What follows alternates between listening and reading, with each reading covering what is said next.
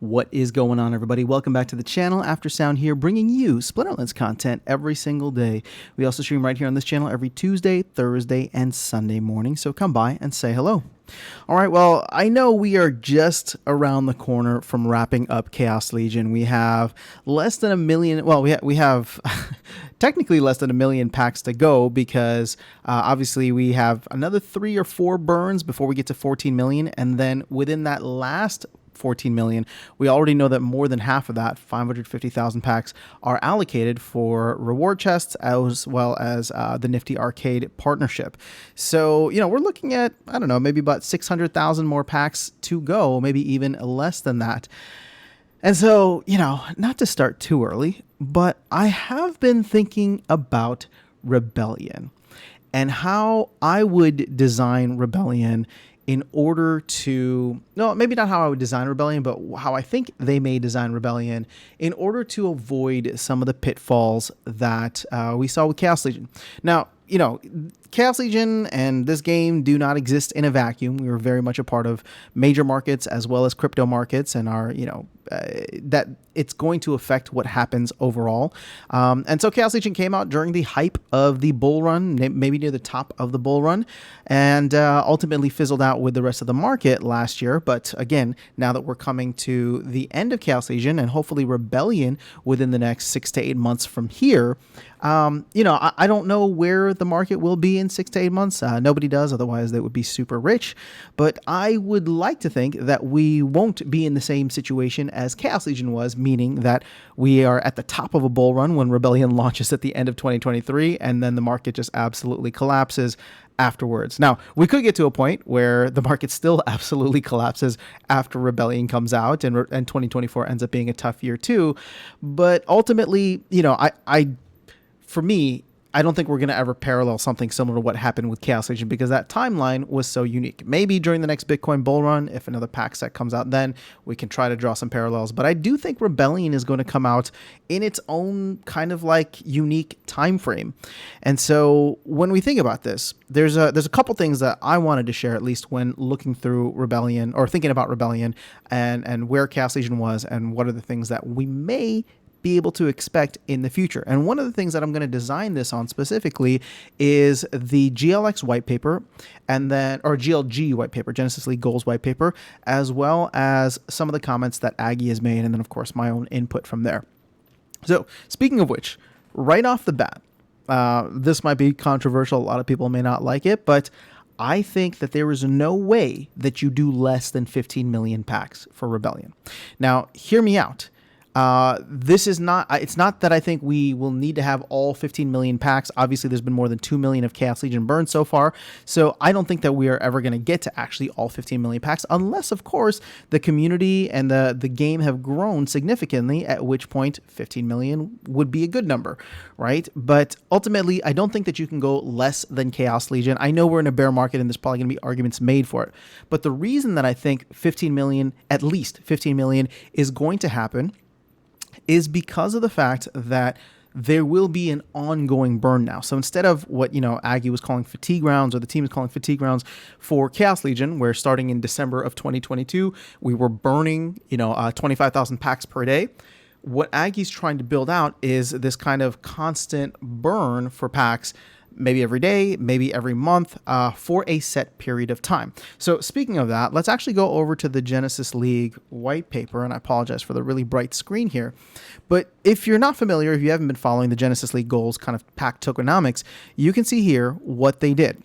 And we'll just run through it real quick. So there was a pre-sale. There were actually 2 pre-sales, but let's just count it all together as one, right? So there's a pre-sale with 1 million packs, and then from there, it goes to the general sale, but the general sale technically has $10 packs. So the price of packs from the pre-sale doubled, but you get a discount if you use GLGT, or the equivalent of a voucher in Splinterlands. Now, you know, as much as I want to design it after this, I still think about where Chaos Legion was early on during that first 1 million packs of pre-sale, and I would actually say we're probably going to be something similar to that. And I wouldn't be surprised if the team finds a way to make it so that every pack will require a voucher, just like if every pack will require a voucher, just like Rift Watchers and Tower Defense or Soul Keep. Now, I don't necessarily like that because I think the argument's been made that there should be stuff that isn't gated by vouchers. And right now, I know it's actually laughable to think that anything is gated by vouchers because vouchers are trading for 10 cents. So it's like, oh, an additional 10 cents, that's nothing. But I think the idea over time is that you get vouchers to actually mean something more than just being a simple coupon that you can essentially get for free off the market, even if you have to buy it. So I would like to think that they would want to do something a little bit more aggressive for maybe the first million packs, similar to what they did with Chaos Legion. But following that pre-sale, one thing that I think did not work very well was this kind of phase 2 pre-sale that the team did, where it wasn't the general sale, but you still needed vouchers, and then they like increased the drop rate for vouchers. And again, keep in mind, Chaos Legion was unique because there were that was the first time vouchers were ever introduced, right? Whereas now we're drowning in them. So I think from there we have a main pre-sale. We would go to a general sale following that, and there would be a similar kind of uptick in pack prices, right? Where you go through and you can buy them and you get some kind of discount with the pack sale or with a voucher. Now, in this way, I'm actually modeling it somewhat after the tower defense packs, because the tower defense packs are actually $8, which is I know crazy high compared to like Untamed, which is 2. But the tower defense packs are actually $8 or 8,000 DEC, right? The equivalent at PEG. But you get a 3,000 or $3,000 DEC or $3 discount if you use a voucher. So I can see something like that being utilized for the main presale, right? For Rebellion. Now, what's interesting here, now I'm switching back to Genesis League, and there's a reason for that. What we see is, as you go further along, is there will be like an extended sale and then a last chance sale. And during those times, you can see that the price actually increases. So, with Genesis League, you start off with $5 packs. During the general sale, they run up to $10 with half off of the voucher. So they're technically still $5, but it's $5 plus a voucher now. But then you go to the extended sale, and all of a sudden they jump up to $15, but you can get half off with a voucher. So they jump up to actually $7.50 plus a voucher. And then in the last chance, they actually jump up to $25 total, but of course half off with a voucher. So it's $12.50 plus a voucher. So the reason I think we may see something along these lines is to help pack prices and card prices on the secondary market actually retain their value somewhat well. So if there's going to be, actually, let's call them tranches, right? If we're going to have tranches of pack sales, similar to how we have tranches of node license sales, I can see that happening where the price will start to increase over time. And instead of it just being this mad rush to get to, whatever the airdrop is, people will also be incentivized to grab a pack at that price because the price will increase to, probably a significant amount. Now, I don't think this is going to happen every million packs. And if we assume 15 million packs the same way that we did for Chaos Legion, then I can see some certain benchmarks that would be there, right? So maybe we do 1 million for the pack sale, and then we do, I don't know, another 6, 7, 8, right, for the general sale. That's going to take up the bulk of it. But then maybe when you get to that last, 5 to 6 million or so, you will start to see this kind of extended sale and then a last chance sale. Now, what I want to also bring people into that Aggie has talked about, both on town halls as well as in the Discord, is this idea of having like a burn that happens regularly, right? So it's not fatigue rounds at the end. It is a burn that will be constant to keep us along the line. So even if people are not buying, we are constantly burning and moving along and have a time frame. So it's not just 15 million packs, but it's 15 million packs in, say, 9 months, which is what Aggie is pushing for. Again, whether he wins that battle or not remains to be seen, but this is what he's talked about, at least publicly, is that he wants to have it, a 9-month window for packs and then 3 months without. So you get this 15 million packs that, will sell. And, I don't know what the math breaks down. It doesn't break down easily for 9 months if you're going to do it per month. But the idea being that, like, let's say once you get past like the first couple million packs, with the remaining months, if you don't hit certain thresholds by the end of a month, all those packs are burned. So what do I mean by that? Well, let's say by the end of month 5, right, which is you're a little bit more than halfway through the sale. If by the end of month 5 you are not, not you, but the community and pack sales are not yet at 8 million out of the 15 million pack sale, when we get to that end, all the remaining packs are burned. So at the end of month 5, all of a sudden, any packs not sold under 8 million are just burned immediately. We don't have to wait for the end. We don't have to wait for the fatigue rounds to kick in. So in that way, that's kind of how I see it designed. Now, how would I do it? I actually think that this will work somewhat well for several reasons, right? I think that it's going to be good to keep not just a set limit or what's that called? A limit to the number of packs available. But I also think the time limit is great. So however they kind of map that out, if it's 9 months, if it's more or less, whatever the case is, I think that'll be good rather than just having them on there indefinitely like we did with Chaos Legion until the DAO voted to burn the packs. So having that time limit is good. I think actually doing the timed burns in intervals throughout will keep people engaged, because if you think back to 2022, there were definitely like months, right? Months of like no activity, barely any pack movement, and we were just kind of stuck there. Whereas now it's just like, hey, if we know the burn rate, right? If we know the burn rate, we know when to expect certain things. We'll be able to do the math and say, hey, the next summoner or the next legendary or the next airdrop, whatever, is going to be on such and such date, unless we buy packs sooner than that, right? So that's kind of been what it's been like for the last couple of months with a lot of the videos that I've been doing, kind of giving an idea of when to expect certain things, rather than, middle of last year, we're like, I don't know when the next airdrop's going to be, right? Nobody's buying packs and it's just going super slow. And, so I think that'll keep the excitement, that'll keep the engagement good. So a timed release, as well as this constant pack burning, will be good. Now, the other part that I mentioned, I actually also agree with too, which is the increase in price over time. So maybe once we get to 6 million packs sold or 9 million packs sold, the threshold increases and packs will jump from, we'll say 4,000 DEC to 6,000 DEC or whatever the case is, right? And then you can still get a half off or whatever with vouchers.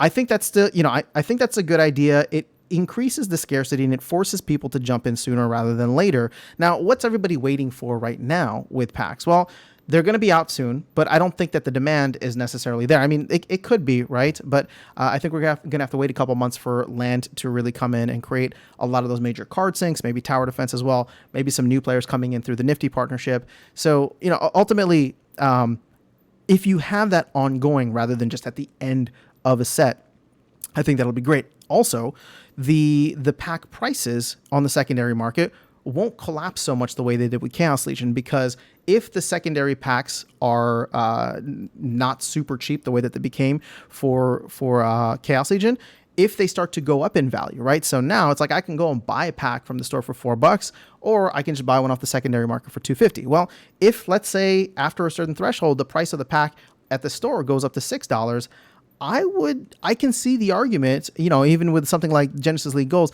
I can see the argument that like the secondary pack price probably will start to creep up along with that, right? Because people are going to look at this and say, well, if you want to get it, we're not going to sell them for $2 and 10 cents now or whatever they're going for on Hive Engine. We'd probably see that start to increase, and if that increases as well, it'll help stabilize the card prices. Now, the last thing I'll say on this, and I think that this is an important part, although it's not obviously related to the packs, but it was a crucial part of Chaos Legion, was the volatility of DEC. We saw DEC go from 15x above its peg down to almost half a peg in the time frame that Chaos Legion has been available. And when it comes down to it, right, this is supposed to be a product-backed stablecoin.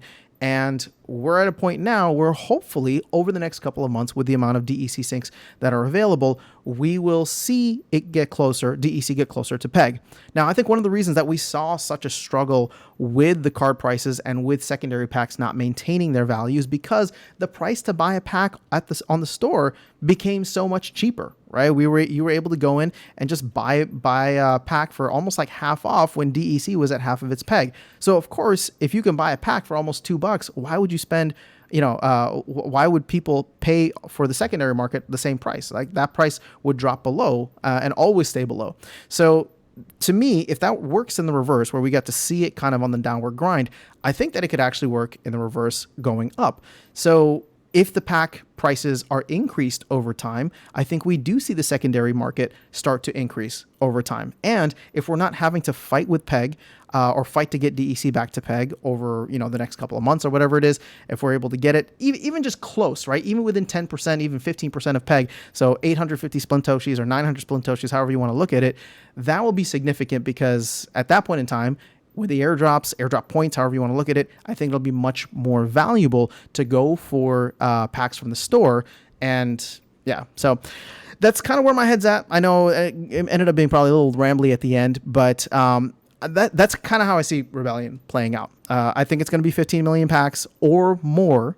I think we will have it timed if Aggie gets his way. I like the idea of a constant burn, whether it's every week, every day, every month, however they want to do it.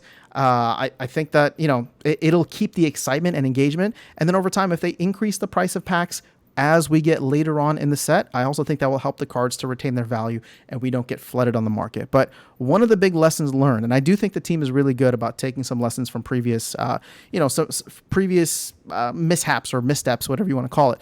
I think that they're going to look at Chaos Agent and be like, well, some things worked well, some things didn't. Obviously, they ran a lot of sales and bulk buys just to try to get through the set.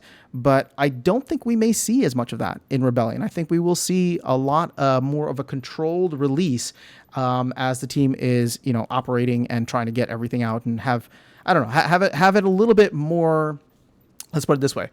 We won't have the euphoria of the bull run, right? So I think the team will plan for bear market, and then we're going to get surprised by the bull. Whether that happens with Rebellion or not, I don't know. But I think whatever kind of structure that they set for Rebellion is going to be what they use from here on out. So that's all I have. Let me know your thoughts in the comments below. I will catch you all in the next video and see you around the game. Take care.